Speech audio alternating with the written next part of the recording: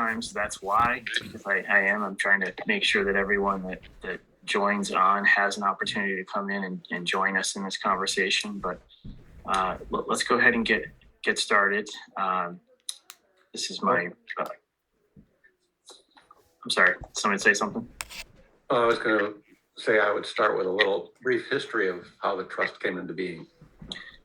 Yeah, that sounds great. Actually, I'll go ahead and introduce the two of you. For anyone on the line here that, hold on, there's a few more people coming in that may not know you. My guests this morning are Fred Clark and Bill Cook, the current president and past president of the Great Barrington Affordable Housing Trust.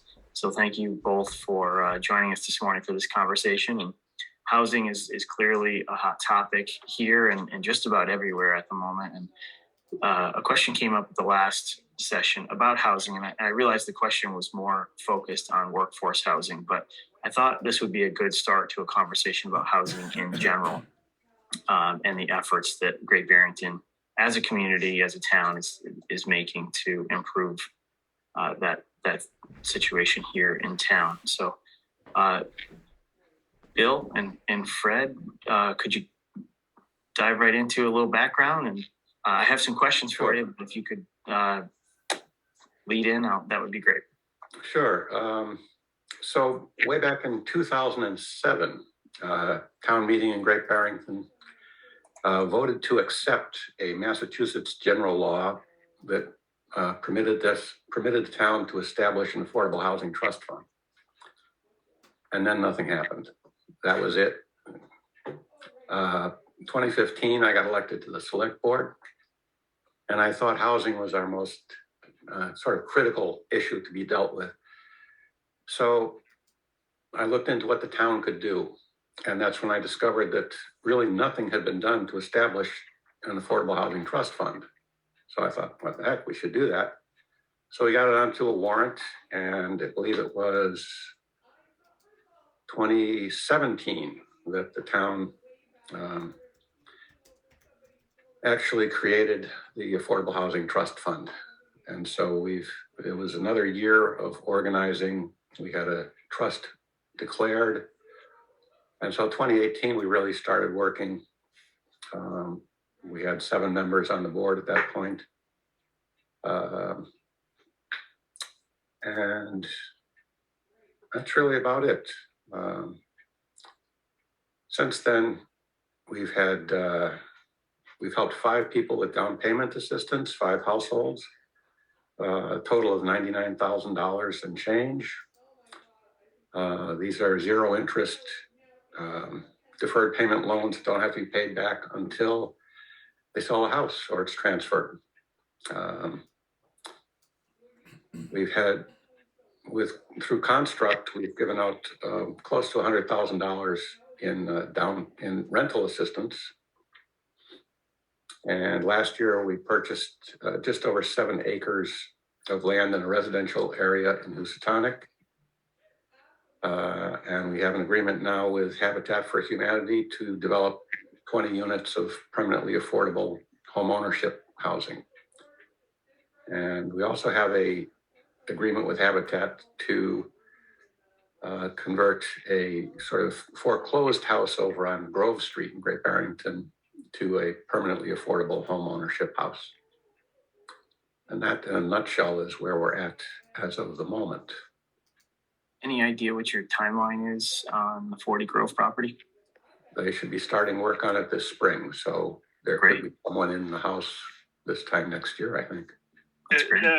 There's a project sign going up shortly.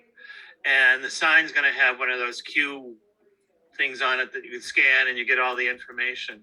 Habitat's they have a person assigned to this area that's specifically talking about community involvement, getting people. They have a really good process for working with prospective homeowners, making it fair, making it understandable, taking them through the financial parts and all. We're actually really, really thrilled that Habitat has come to Great Barrington. This is their first venture south of Pittsfield, both on the Long Pond Road property and now on the Grove Street property. For many, many years, some of us have been trying to get Habitat to come down, but they haven't been interested. And I've just talked to Carolyn Viale, who runs it, and they're talking about creating the whole Southern Berkshire unit, I guess you call it. For Lee and Sheffield and Great Barrington and the rest of the towns down here. So we're actually really thrilled that they're coming in as an affordable player because they have a different model, largely built on home ownership. So that's exciting.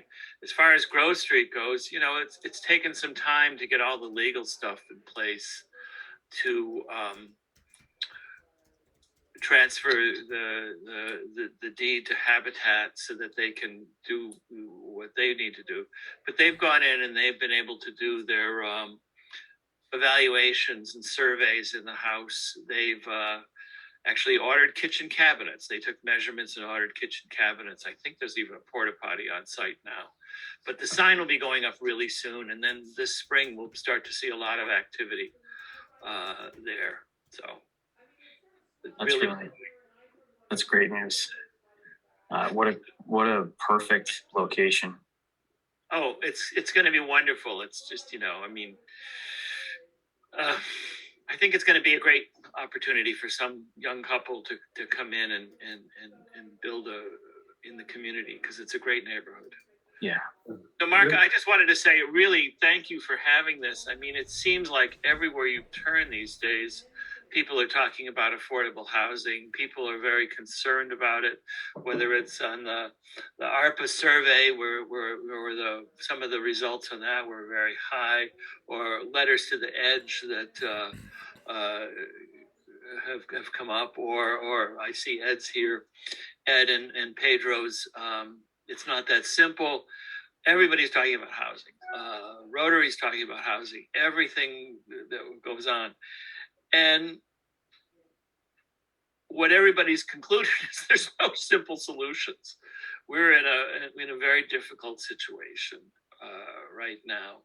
And basically, there's a disconnect between what people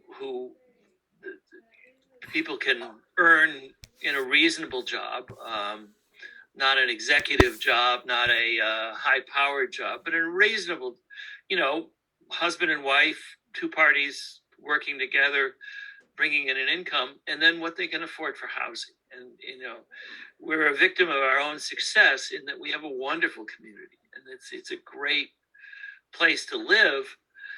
And like has happened in other kinds of vacation places or destination places, that wonderful community has been very attractive and brought in increasing visitors and permanent residents, people who've moved here, who have the ability to ability to pay a little bit more. So we're in that probably place right now of in between. So I wanted to go through and sort of everybody's talking about affordable housing, but I'm not sure everybody has the same terms. I'm not sure everybody understands exactly what we say when we talk about affordable housing. At a very simplest, affordable housing is housing that people can afford, but it encompasses affordable rental housing, first-time home buyer housing, and other kinds of things there. And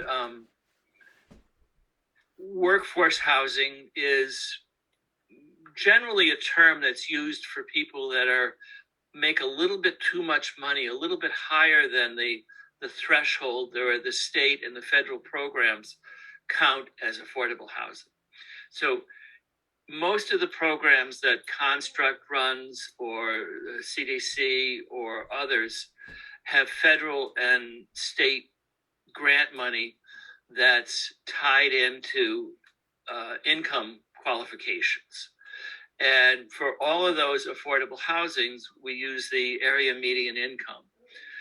In Berkshire, so for Great Barrington, we use the whole Berkshire County area median income. And so low income housing is a percentage of area median income. Moderate is up to 100% area median income.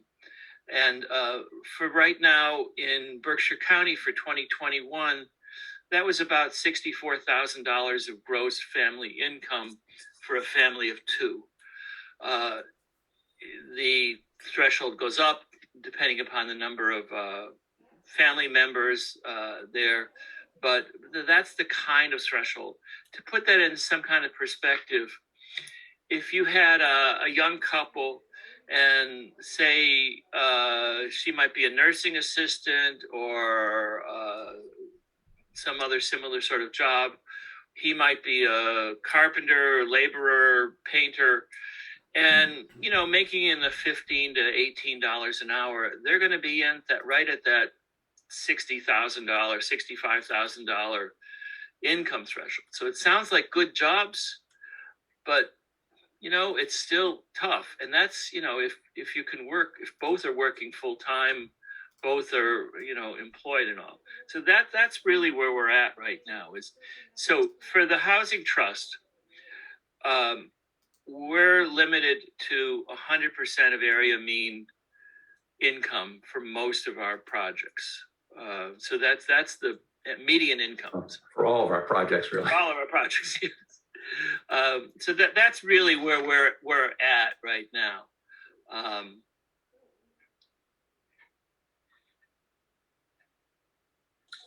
I'll just, Fred, can I just jump in real quick? Oh, please do.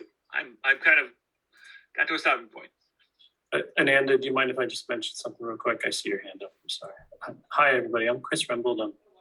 I'm the planning director and assistant town manager in Great Barrington. And I guess I'm the staff, most of the staff for the Housing Trust Fund. I wanted to point out that, so Fred was talking about where the Housing Trust focuses its efforts on the 80, 100% area median income area. And it's working, as Bill said, both in the rental assistance and the home ownership areas. The advantage of the Housing Trust is that it can do things maybe that our housing partners throughout the rest of the county and South County aren't focusing on because they have other big projects happening. So like the CDC is doing big rental projects. Construct is doing maybe a little bit smaller rental projects.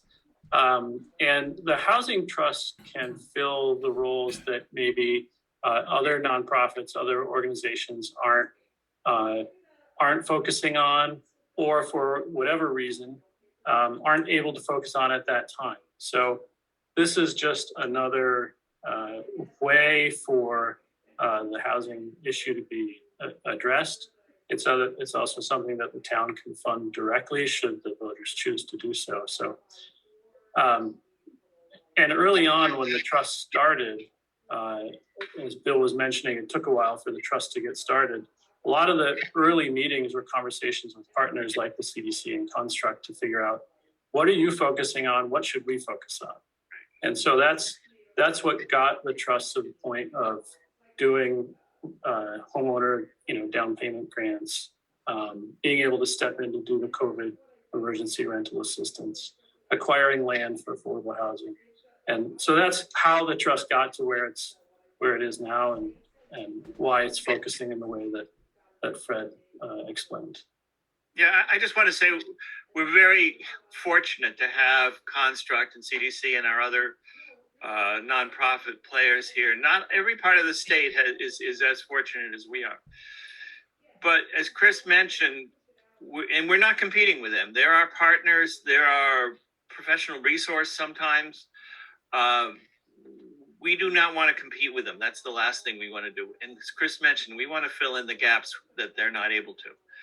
To put it in perspective, most of the projects that CDC or Construct does have 4 or 5, sometimes even more funding sources.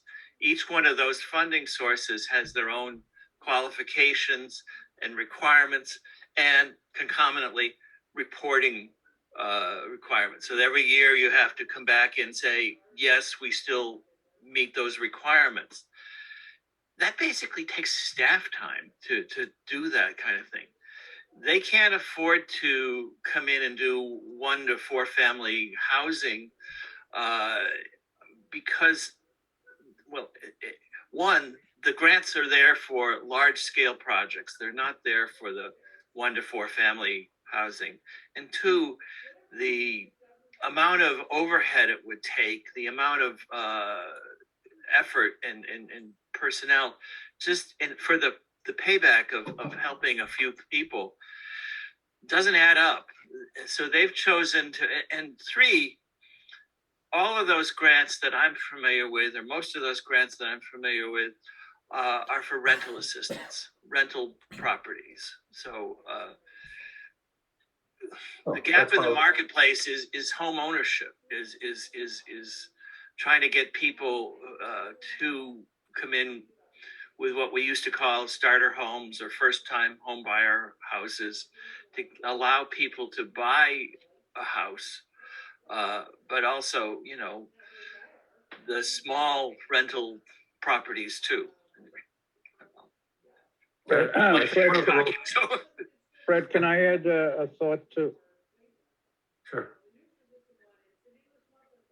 Well, you could have. Thank you, frozen. Amanda's been waiting to speak for a little while. Yeah. Ananda, go ahead. You've been waiting very patiently. Thank you. Occasionally I'm patient. I just wanted to flag or kind of ask about, you know, you were talking about the income benchmarks we are using, and you're using countywide benchmarks. 2016 or so, Railroad Street sat down with countywide data on cost of living broken down, like food, housing, childcare, etc., for different family sizes, and then did some light research to ask what's the adjustment, because we know, I mean, we all know that cost of living in Great Barrington is different than cost of living in North Adams. And to try to suss that out just for us as we try to think about how to have salaries that would come close to meeting the cost of living. We're in the process of doing that again. My numbers, which are conservative, like I know that where I'm at right now on housing is under what I'm seeing posted in the shopper's guide, suggests that the numbers you all are working with are really, really under anything close to the cost of living. And by cost of living, I'm talking about people getting groceries but not going out to dinner.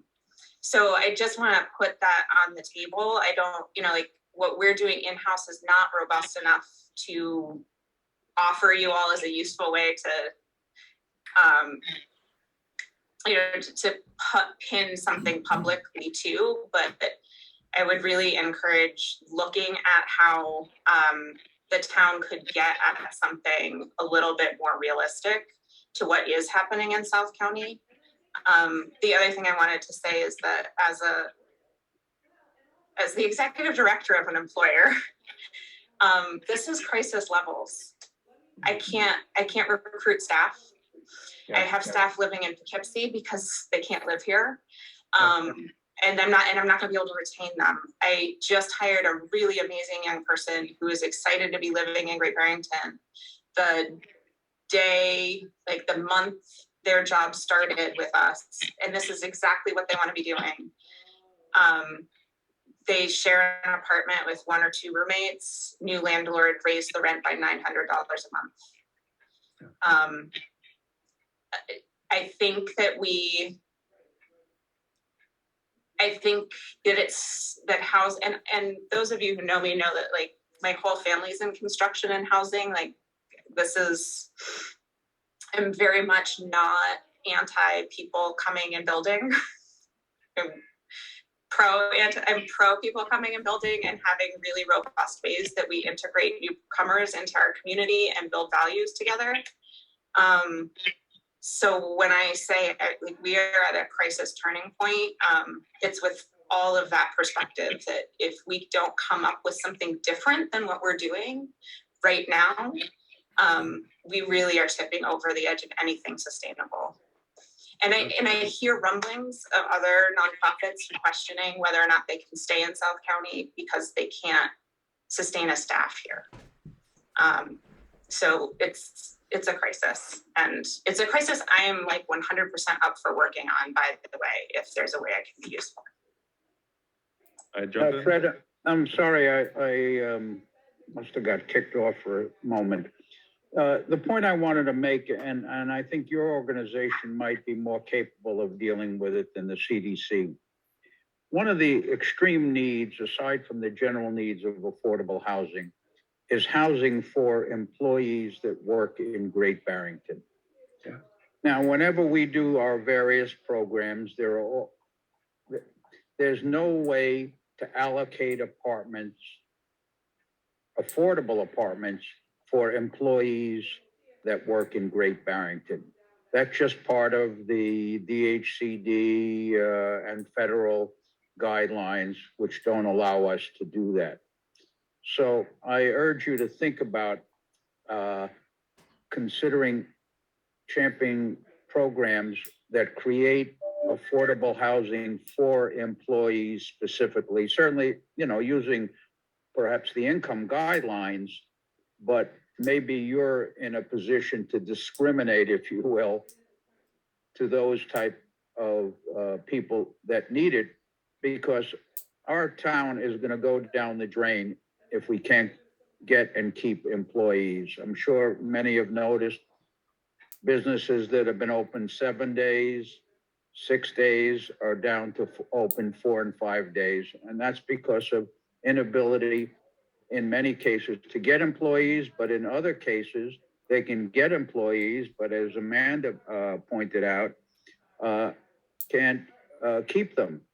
In fact, we became aware of Theory Wellness that supported the CDC individually.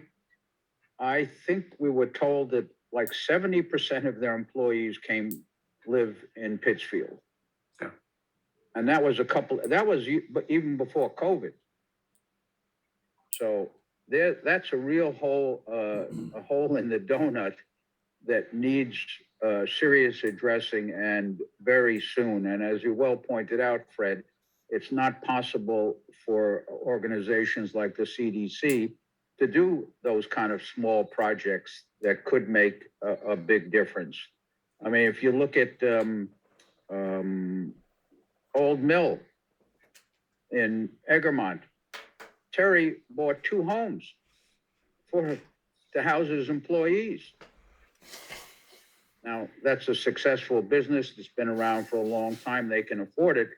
But we have many businesses in Great Barrington that can't afford it.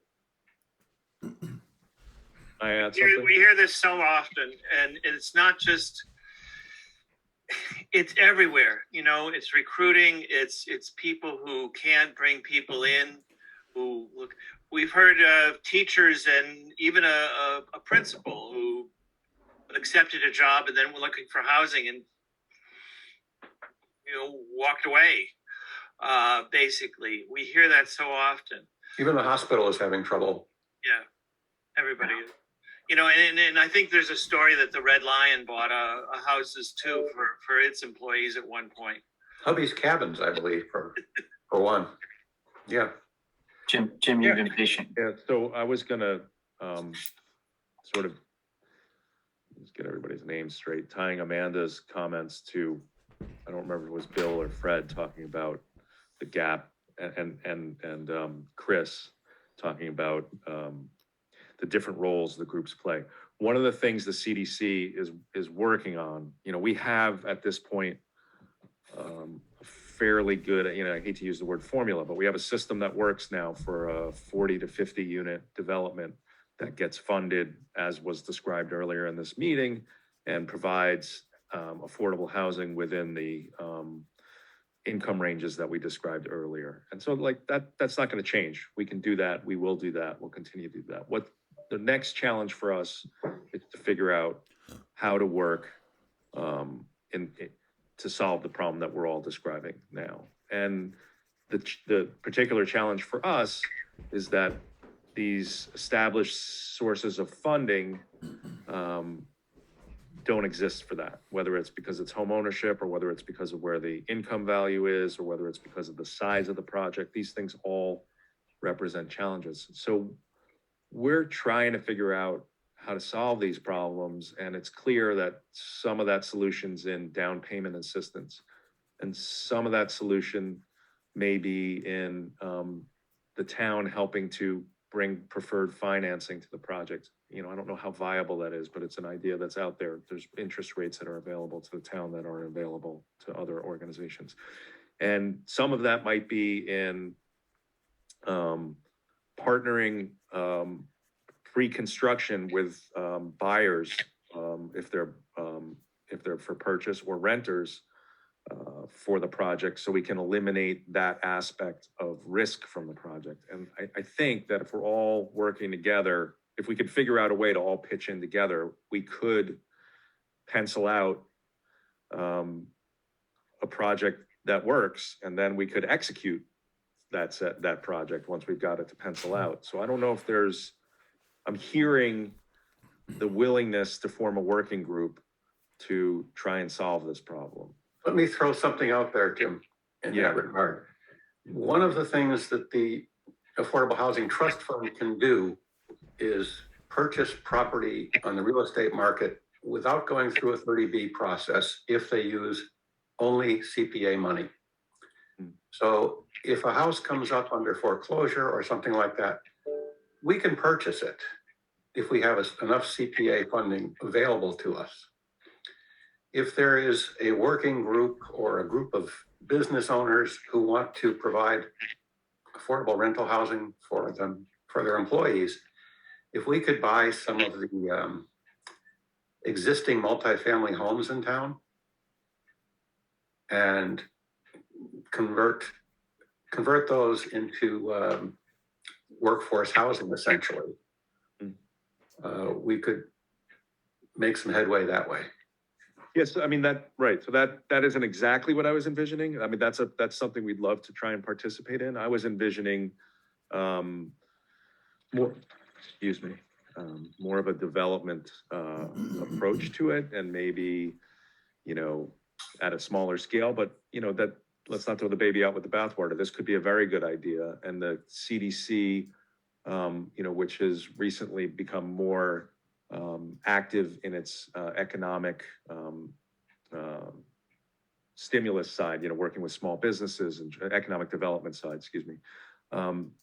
It may be more appropriate for that side of our mission than our affordable housing side, that we can somehow bring businesses together with you and set up whatever agreements and funding and purchase needs to happen. And maybe we approach it more that way than a development project, and maybe that helps solve it. And if we can do one, we can do many, right? So the trick is figuring out how to do one.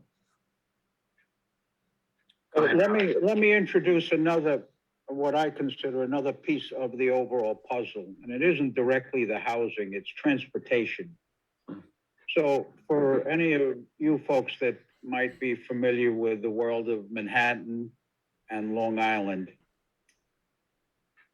clearly Manhattan became way too expensive for the average worker. Oh, so then they built Brooklyn.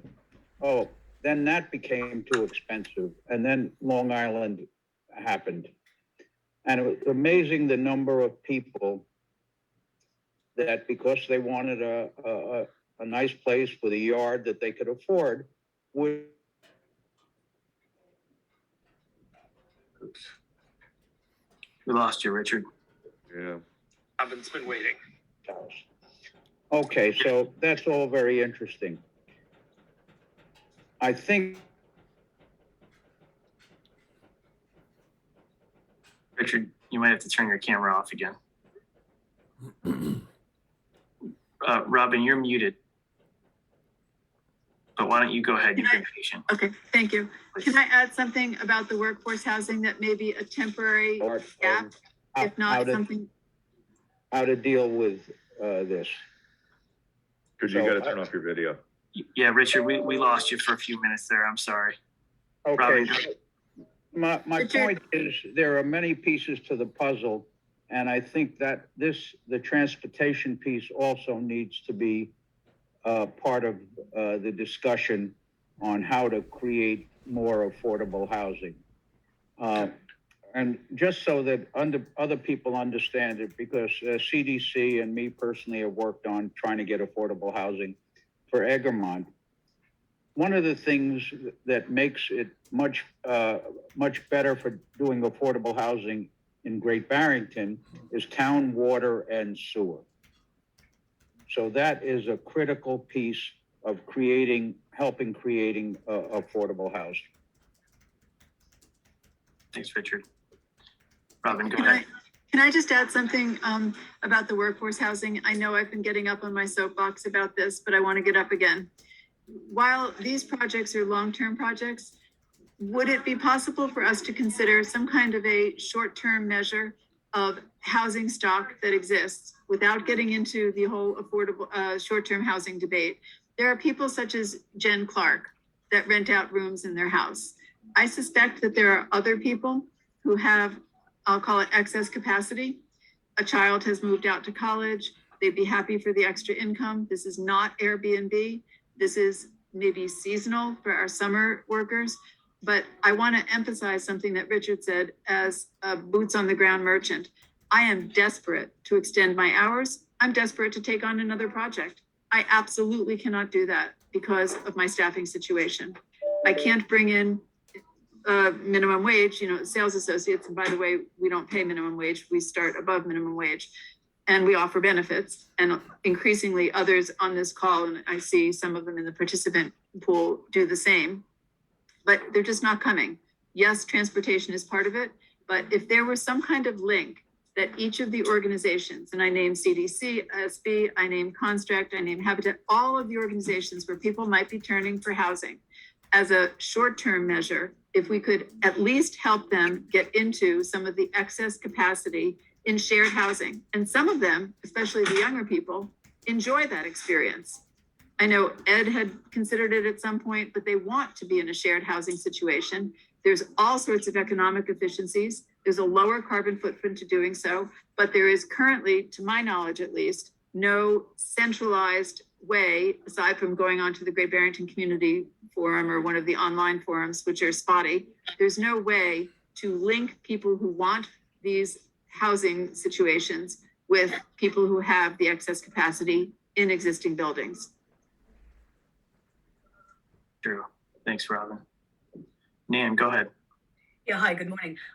First is a point of order. You have 7 attendees who cannot raise their hand or participate. I don't know if you want to turn them into panelists, Mark, but that would be nice. And the other thing is, Nan, before you move on, I just want to clarify that I've offered panelist promotions to everyone in the pool, and they can raise their hand if they'd like to chime in. great, thank you so much. I didn't see that to the attendee menu. But so thanks for clarifying that, Mark. I appreciate it. Mhm. And to speak to Robin's point, is there a way to have a tax benefit for those people that are housing employed workers that have open up their house, a room or something that might be an incentive for people to actually do that? Be nice to consider it. That is something that has been brought up before, but we haven't explored that at this point. Thanks very much. Thanks, Nan. Ananda? I just wanted to echo the urgency that Robin raised. I think that the things that are about adding housing stock options are vital and not going to be soon enough for what's happening right now. And I think it's time to start thinking beyond down payment loan programs to really thinking about how could we shift family homes, a certain number of family homes into a market price that is more viable for a family. And I wonder about getting creative and doing something like putting together a $500,000 fund per year for a set number of years while we're transitioning to adding more housing, where what basically it would allow changing if we could invest up to 100,000 on a house that's jumped from 250 to 350, and the 250 is within the range of what somebody who's working here can afford, and in a more normal, balanced economy would be easily within reach, that we could actually shift what their mortgage cost is with something that's an investment. And then if they sell it, like set up something where if they sell it, that 100,000 kicks back, but not always be locked into how can we just do the minimum, but like how could we really shift something? Because if we did something like that for 5 years, that's a good chunk of families that stay in a house here. And I think that's something Without that having to, and deals with the reality of the market. It doesn't kind of put us in this position of being like, how can we change or talking to people about, well, it's bad that your house is worth so much. So I know that that's like an outside the box kind of thing, but I also see one of the strengths of South County is doing small outside the box things that work, because we're a small community and small numbers have big impact. Yeah, I really like some of the aspects of what you've outlined. And I think one of the things I want to emphasize is, in order to make a dent, we would have to commit to it over several years. And I think we can do that and over time build up a housing stock that is more affordable. And we have the mechanisms to deal with the successor affordability, when people allow people to build up a little bit of wealth through equity, through paying off their mortgage, resell it as their needs change. You look at like Forest Row, for instance, has a plan to do that. Habitat has their own system for keeping projects perpetually affordable. At the core of what you're talking about is buying a house for $350 and selling it for $250. And we can do that, and we need to do that in some ways, because that is the disconnect in the market right now.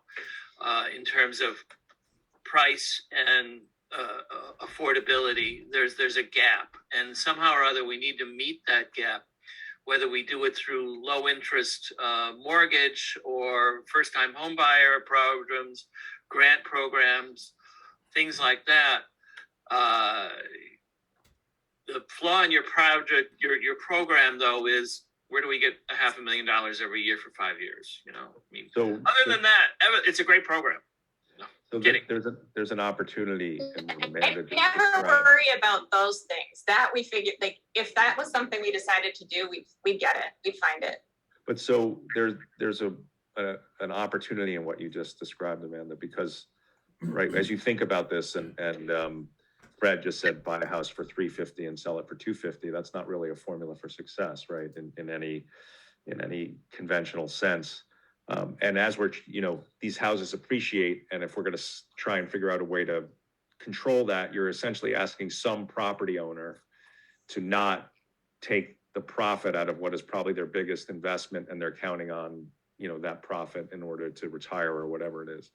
But if we could create a fund, which Amanda says she can, that has money to contribute to the purchase, instead of deeding the house into a forever affordable situation, when you become an interested owner of the house, and that $100,000 that you've contributed, when the house sells and the house is appreciated, you're now going to get reimbursed 110 or 115, and then that money can get rolled back into the next house.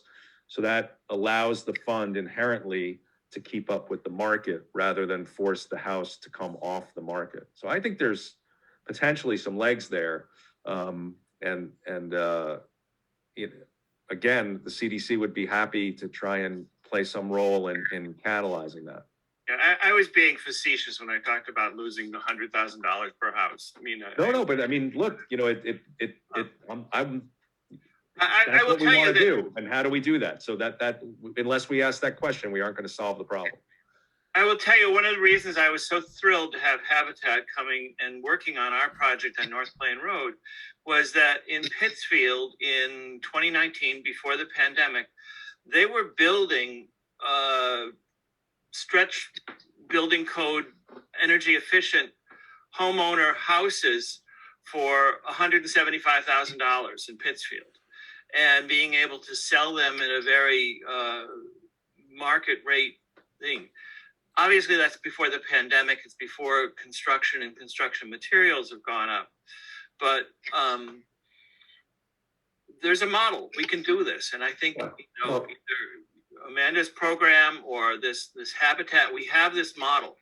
I will tell you that if land obviously is one of the issues, it's the single most uncontrollable, we'll call it, issue that we face. And we would love to replicate, I would love to replicate what we're doing on North Plain Road, where we're creating 20 units of homeownership housing just outside the village. If we could find another parcel of land, or if we could find an owner who's altruistic, who would either donate it or sell it at maybe a reduced rate, knowing that it would go to affordable housing, knowing that it would have a good use. And so we certainly would work on that project, and it could be the catalyst to start this fund. Yeah. Well, thank you, everyone. It's about 10:45, and I do try to keep these meetings to about an hour. Bill and Fred, I just wanted to say thank you so much for joining us this morning. And this is a really important conversation. As I said earlier, housing is near and dear to everyone in this community in different ways, and this housing conversation clearly needs to continue. And I'd love to have you guys back at some point soon. And I just wanted to mention that on Monday night, the select board met in public session to discuss our priorities for the upcoming 6 months, something we do twice a year in January and June, and affordable housing is right at the top of that list. This is something that we're focused on and invested in. And so thank you for everything that you're doing for the Affordable Housing Trust. I just Mark, wanted can I ask you something regarding that? Something that's been in the back of my mind, and I don't know if it's technically feasible, especially since we're talking about creating a fund. Can the town of Great Barrington float a bond to do some of this? Our meeting. right. And I don't see our role as a town being a developer. Is that what you're? No, financier. Not a developer, a financier. I'll jump in. This is Chris. The town can't bond for anything it doesn't own, but Okay, the town can fund projects in other ways. okay. And to continue the conversation, if folks have ideas or they want to get together again, feel free to email me and Fred and Bill, and we can chat offline. There's a lot of great ideas that came up here that we could try to run down a little bit. I throw one more at you, Chris, real quick. Up to Mark. Go ahead, Jim. Just super quick, one sentence.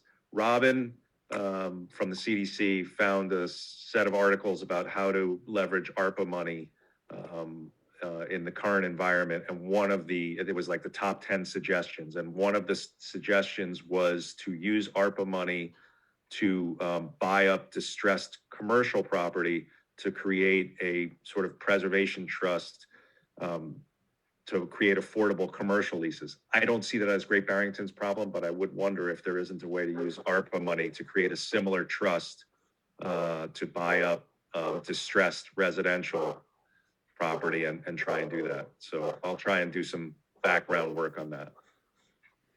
Thanks, Jim. And we're going to be continuing our ARPA conversation very soon.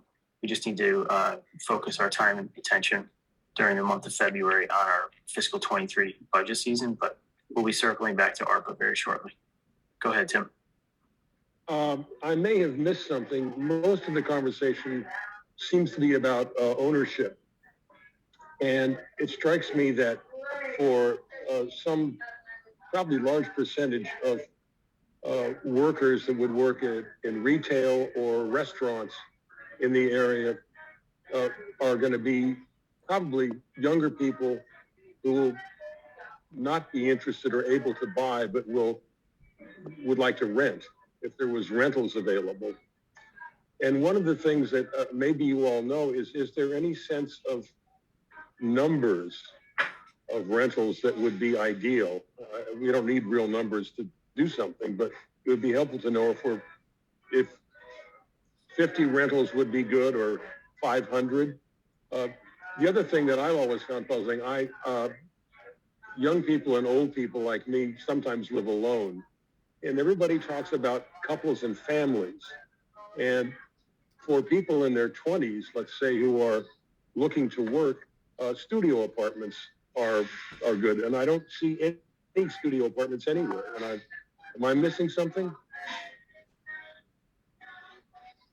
Tim, as far as I know, relative to CDC type projects, they do not want to see studio apartments as part of the mix.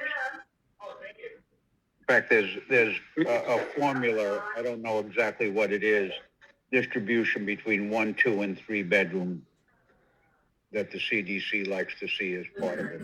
But your point is extremely well taken that, we've been emphasizing home ownership for a long time.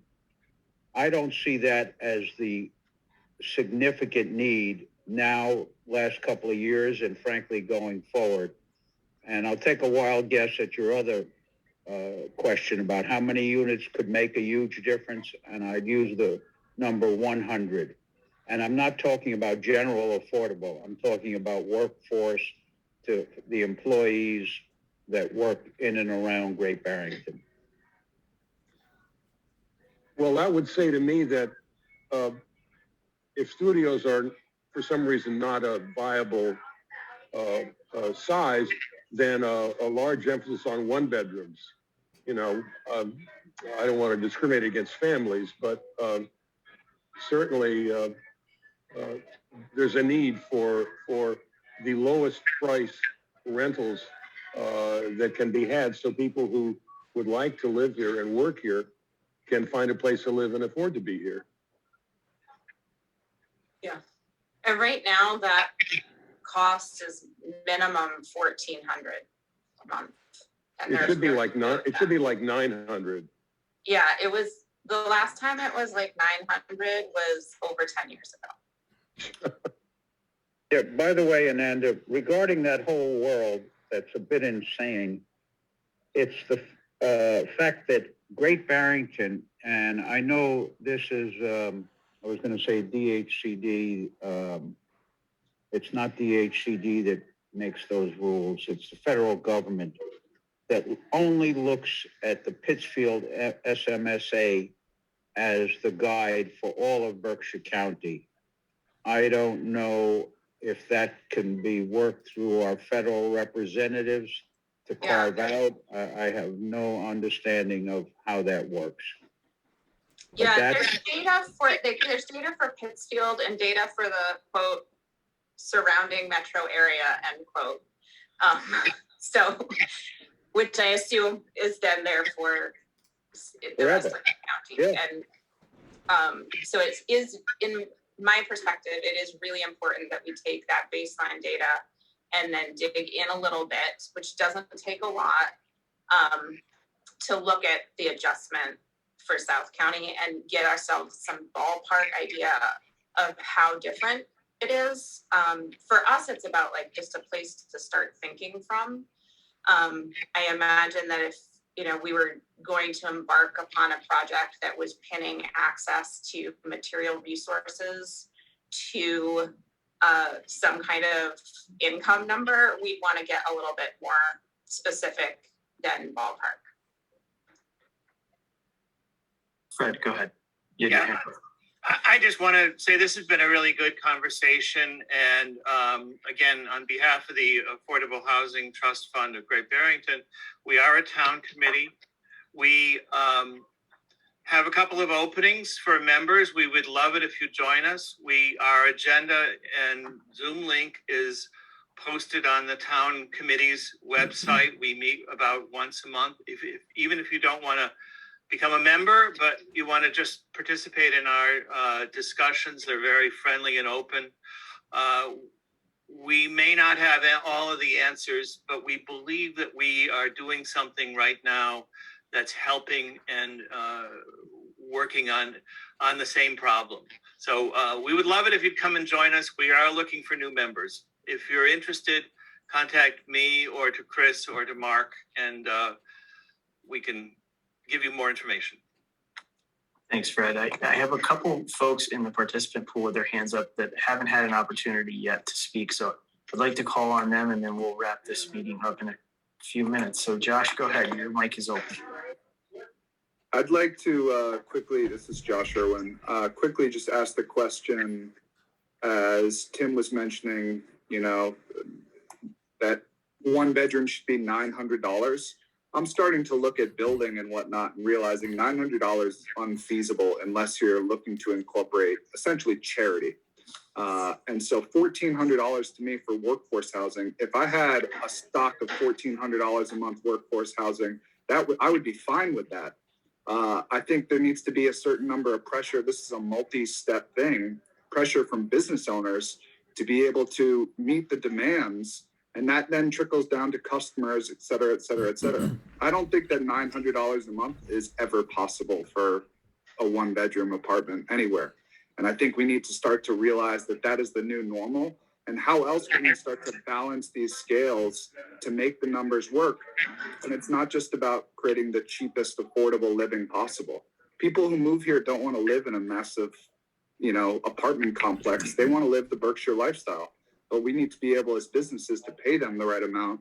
And so I think we're lumping workforce housing a little bit too much into the low income housing. And there's a difference there that needs to be very clearly identified and figure out what are the other variables that we can change to make sure all those numbers ultimately match up.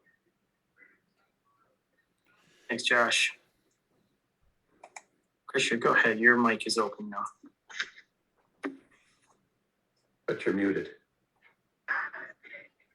Your mic is open on my end, I should say. Just unmute yourself. There you go. I just want to mention, first of all, I just want to respond quickly to Josh. It's not true that there is no housing available in the lower prices. I live in one that is $850 a month, and people in my complex paying even less. So it's possible. It depends on the landlords, really, and their attitude towards the whole thing. And I would like to say that I applied to be a member of Affordable Housing Committee within the last year, probably 7 months ago. Never heard any answer. And I even inquired again to Emmy about it and never heard. Thank you, Krisha. I will get to the bottom of that and we will give you a reply before the end of the week. My apologies. Thank you very much. All right, thank you, everyone. It's just about 11 o'clock. This was a great conversation. Again, a really important topic, and I think we need to continue this conversation at some of these future meetings. So thank you, everybody. Again, have a great day. Thank you.